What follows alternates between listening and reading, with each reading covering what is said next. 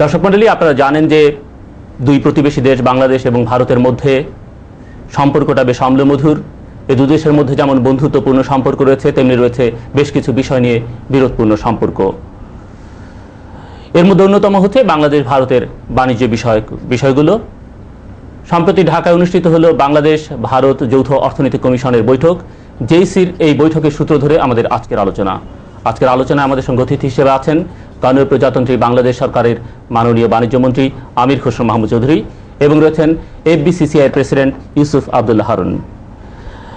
মাননীয় মন্ত্রী, সম্প্রতি যে বৈঠক অনুষ্ঠিত হলো, আমরা লক্ষ্য করেছি যে এই বৈঠকে ট্রানজিট, ট্রান্সশিপমেন্ট, মুক্ত বাণিজ্য, তারপরে বাণিজ্য ঘাটতি, কাস্টমস ইত্যাদি বিষয়গুলো নিয়ে সুনির্দিষ্ট কোনো সিদ্ধান্ত হয়নি।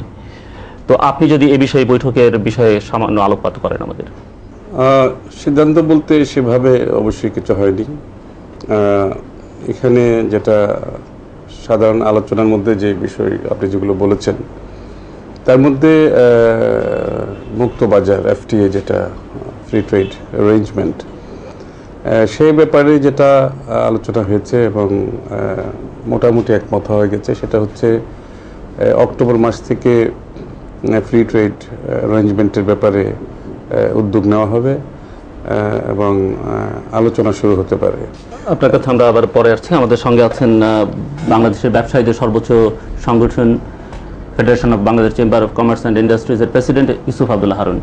আমরা জানি যে বাংলাদেশের সঙ্গে ভারতের বাণিজ্য ঘাটতির পরিমাণ প্রায় 6,000 কোটি টাকার বেশি, 1 বিলিয়ন মার্কিন ডলারের বেশি। এই যে সম্প্রতি যে বৈঠক অনুষ্ঠিত হলো, এই বৈঠকে আপনারা কিভাবে দেখছেন? মাননীয় মন্ত্রী তো বললেন তার বক্তব্য।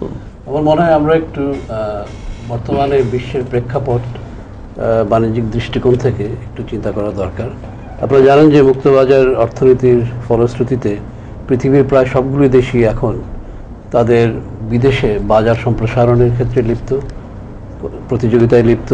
বাংলাদেশও চাচ্ছে যাতে করে আমাদের রপ্তানি বাণিজ্য আরও বৃদ্ধি পায়, বাজার সম্প্রসারিত হয়। ভারত, আমি মনে করি যে চাচ্ছে যে দক্ষিণ পূর্ব এশিয়াতে এবং দক্ষিণ এশিয়াতে তাদের বাজার সম্প্রসারণ করতে।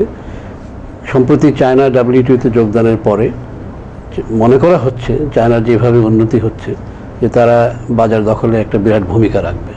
সুতরাং ভারত চাচ্ছে যে তাদের নিজের অবস্থানটা সুদৃঢ় করে নিতে।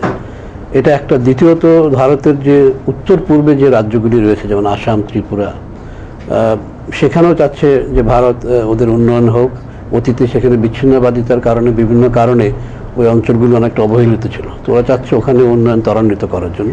এবং প্রতিবেশী রাষ্ট্র হিসেবে বাংলাদেশের সাথেও আমি মনে করি সম্প্রতি যে ভারতীয় পররাষ্ট্রমন্ত্রী এসছে, একটা সদিচ্ছার প্রকাশ আমরা দেখেছি যে তারা চাচ্ছে বাংলাদেশের সাথে একটা সুন্দর সম্পর্ক গড়ে তুলতে।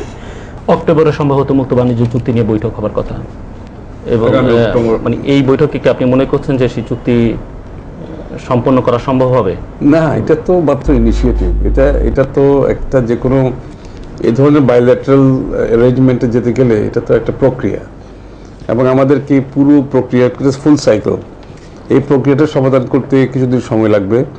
তবে অক্টোবর থেকে আমাদের ইনিশিয়েটিভ উদ্যোগটা শুরু হবে, এবং এটা আবারও নির্ভর করবে যে আমাদের ভারতের পক্ষ থেকে কী ধরনের সহযোগিতা, রেসপন্স, মন মানসিকতা, এটার উপর কিন্তু নির্ভর করবে। এবং আমি নিশ্চিত যে ভারতের পক্ষ থেকে অবশ্যই সদিচ্ছা আছে। ভারতের বিশাল বাজার রয়েছে বাংলাদেশে। তা আপনি কি মনে করেন যে মুক্ত বাণিজ্য চুক্তি হলে বাংলাদেশ খুব বেশি লাভবান হবে? আমি মনে করি অবশ্যই লাভবান হবে, কারণ বাংলাদেশের একটা মুখ্য উদ্দেশ্য হচ্ছে আমাদের পণ্য বাড়ানো, বিদেশে রপ্তানিযোগ্য পণ্যের সংখ্যা বাড়ানো। এবং আমি মনে করি দুই দেশের অর্থনীতিতে যখন একটা সহযোগিতা হবে, আমরা আরও নতুন নতুন খাত চিহ্নিত করতে পারবো, যেখানে আমরা কম্পারেটিভ অ্যাডভান্টেজ এবং কম্পিটিটিভ অ্যাডভান্টেজ এস্টাবলিশ করতে পারবো। পাশাপাশি আমাদের দেশের যে চাহিদা, সেটা যদি অন্য দেশের তুলনায় আমরা ভারত থেকে একই মানের পণ্য যদি স্বল্প দামে আনতে পারি, এটা আমাদের লাভ। এখন ভারত তো মুক্ত বাণিজ্য চুক্তি করার ব্যাপারে বেশ আগ্রহী। আপনি কি মনে করেন যে এই চুক্তি হলে মানে আমরা খুব লাভবান হব? আমি তো একটু আগেই যেটা বলেছি, এই চুক্তিটার মধ্যে এই যে প্রিন্সিপালগুলো, যে নীতিমালাগুলো আছে, এগুলো বিল্ট ইন থাকতে হবে। যে ডেভেলপমেন্ট স্টেজ দুই দেশের মধ্যে কী আছে, ভারতের অর্থনীতির সাইজ যেটা আছে বাংলাদেশের, ভারতের ডেভেলপমেন্ট স্টেজ, বাংলাদেশের ডেভেলপমেন্ট স্টেজ কী আছে, বিরাট একটা ভারসাম্য আছে দু দেশের মধ্যে। আমাদের পণ্যের বাস্কেট কত বড় আছে, ভারতের পণ্যের বাস্কেট কত বড় আছে, এবং যেটা WTO স্পিরিট আমি যেটা বলেছিলাম ইকুইটেবল ইন্টিগ্রেশন, যে এখানে স্পেশাল অ্যান্ড ডিফারেন্সিয়াল মেজার আছে, প্রেফারেন্সিয়াল ট্রিটমেন্টের ব্যাপার আছে। এই প্রিন্সিপালগুলো মাথায় রেখে যদি আমরা FTAটা করতে পারি তাহলে দুজনের জন্য, বাংলাদেশের জন্য শুধু নয়, দুইটা উইন উইন সিচুয়েশন দুই দেশের জন্য হবে, যেটা আমরা দেখেছি মেক্সিকো আমেরিকার বেলায় হয়েছে।